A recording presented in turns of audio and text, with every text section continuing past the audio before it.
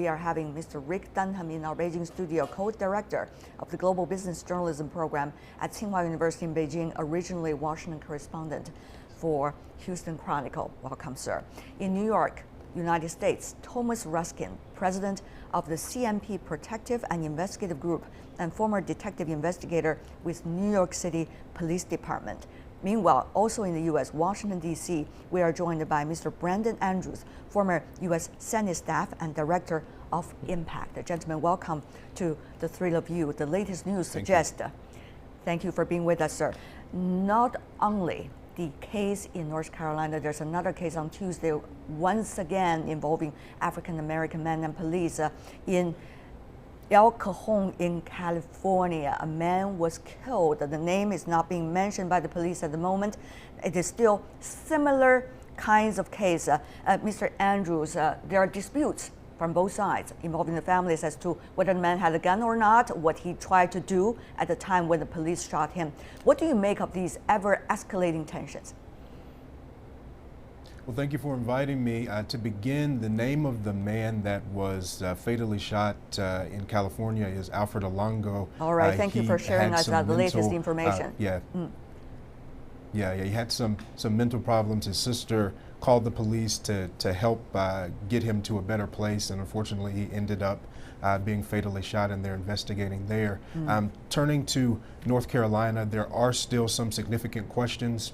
I think one of the biggest questions is why hasn't more police footage been released? There were police vehicles, of course, on the scene with cameras, dashboard cameras. And then the other question is, given the fact that earlier this year, the city of Charlotte, North Carolina, took the step in the right direction to require body cams to be fit on police, why weren't more body cams actually activated at the time of the incident, given the fact that it is the law there in Charlotte, North Carolina? So still some significant questions that have to be brought out, but the reality is that across the country, these shootings continue to happen.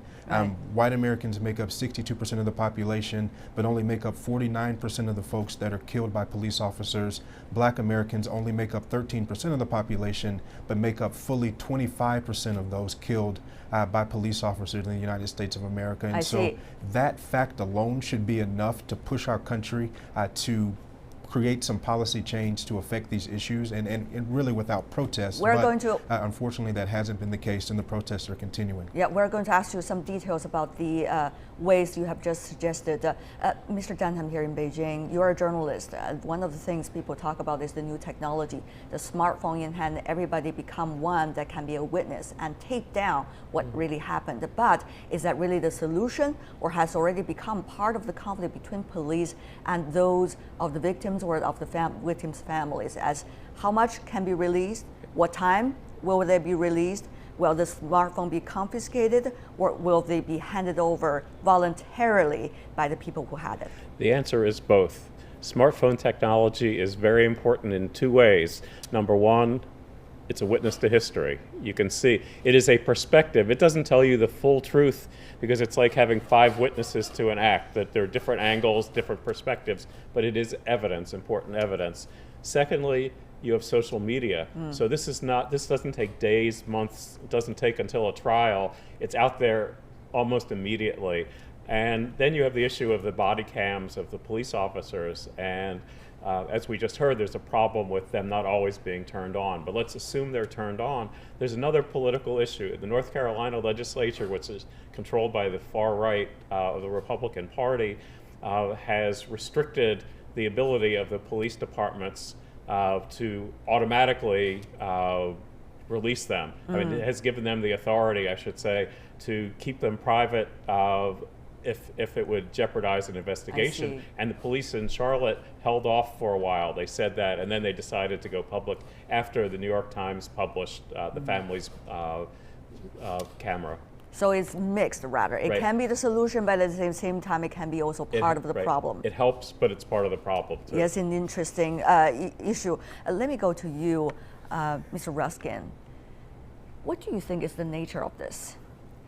The African-American community has been accusing the police of some suggesting, quote-unquote, exercising state brutality. There has been a suggestion of mistreatment to African communities by the police. But as a former policeman yourself, is this a conflict between African American community and the police, or is this something more than that reflected on this issue? I think police have a responsibility in this country to deal with the communities that they are protecting and serving. And I think that certain police departments have taken great strides in bridging those gaps. Other police departments have work to do. But part of this is the 24/7 news cycle that people hear about a shooting. There are agitators who come into any shooting and try and stir up the incident or the shooting and use it for political purposes. But a lot of the time, police departments have to put the evidence and the information together before that they can release it. As someone who has responded to more gun runs and more people with guns, to shootings, been involved in shootings and seen the aftermath of a shooting, it's not that easy to put together the puzzles of what happened. And it's very important that prosecutors and police be able to get the evidence, so if something wrong was done, those people can be brought to justice. But if it was a proper shooting and proper police procedure was followed, then the police have to have the ability to put the evidence together to present to a grand jury. Okay, whether proper or not, of course, that is the most important issue here. Right. But how to judge and how to deal with violence between the African American community and the police now. That is one of the biggest issues. Mr. Dunham, therefore, let me go to you.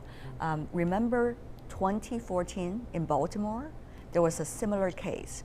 And eventually the state prosecutor at the time decided to persecute 6 police officers.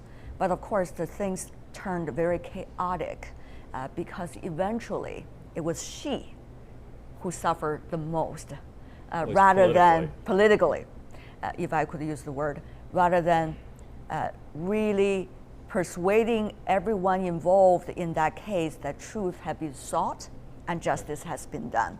So under the current circumstances, what is the solution if it is not the law, if it's not the state prosecutors exercising the power? I think you have 2 sets of issues. One is the justice system. Maybe more than that. Oh yeah, no, but breaking down what you said, the justice system, everyone's right. I mean, you want to have justice, you want to prosecute if you believe the shootings were unlawful, but it's up to the U.S. justice system, the grand juries and the juries, to decide whether someone's guilty. But you have the big issue that we were just hearing about of 24/7 news, and you have the issue of prosecutors wanting to protect the rights of the potential accused, but you also have riots going on. You have people who are responding to videos on the internet. Every case could be different from one exactly. another. But that is only making issues more complicated, Yes. isn't it? Because one case study is not necessarily going to be the one that's going to help the next case. So that is the problem. However, there are some consisting numbers we can study. Maybe it can help us to find out some of the root causes. Some analysis have been brought out to us through the media. African American community in the United States face higher poverty rates and higher incarceration rates because they live in a society that still discriminates against them, some say. According to a report by Sentencing Project, around 23% of African American males in the United States between 20 and 29 years old have either been to jail, been on probation, or been on parole. According to a report from Johns Hopkins University, 70% of Black American men under the age of 35 who have dropped out of high school have been criminally prosecuted. Mr. Andrews, you are from the African American community, so I guess for the fairest analysis, probably from you, what do you make of these numbers? Whose problems is it really when we see these numbers? Well, I definitely agree with Mr. Ruskin that there is a range of responses from police departments across the country. We certainly should give credit where credit is due to police departments that have done the right thing.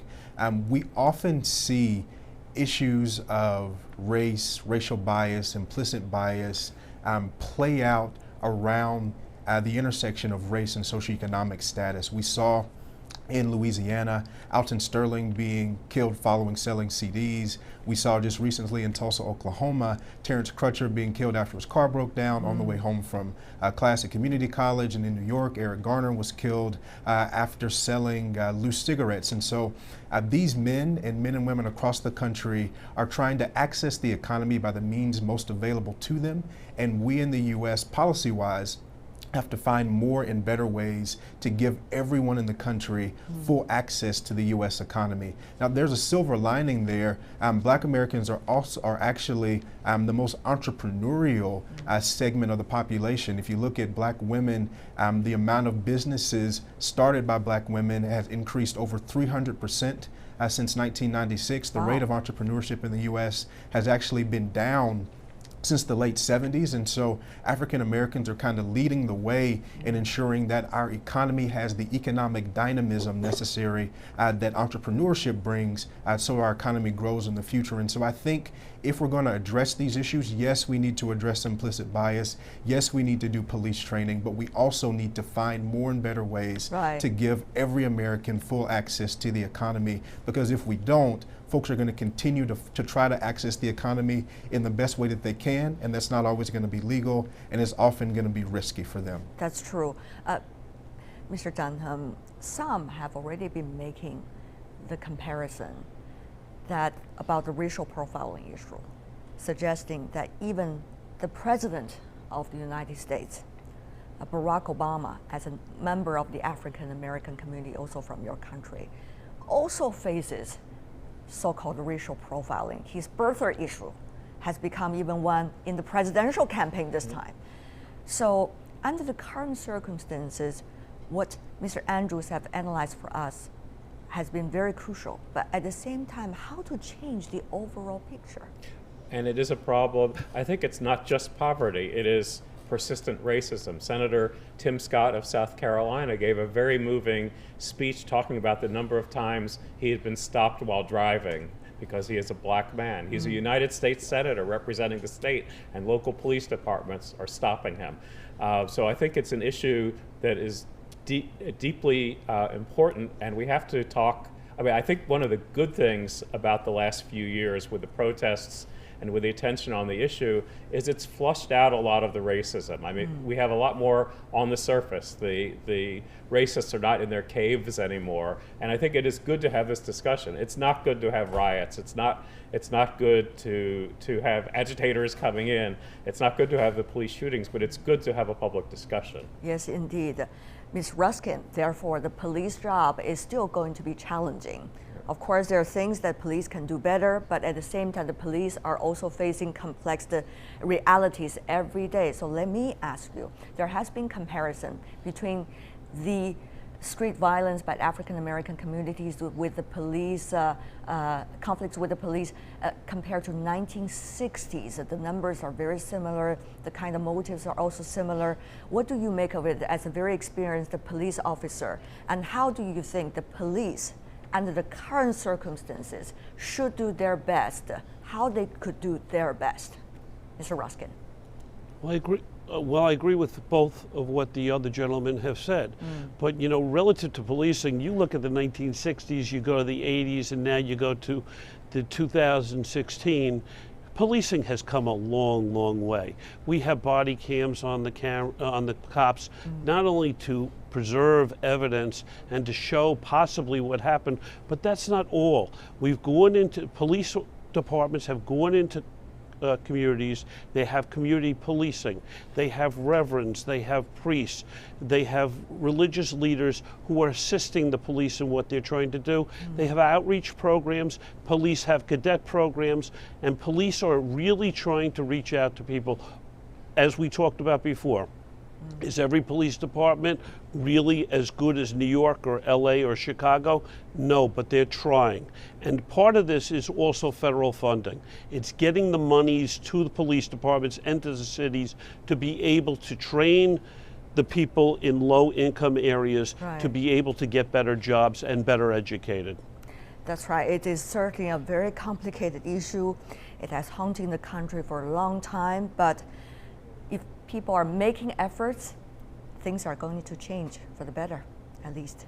Thank you so much, Rick Dunham, Thomas Ruskin, and last but certainly not least, Brandon Andrews.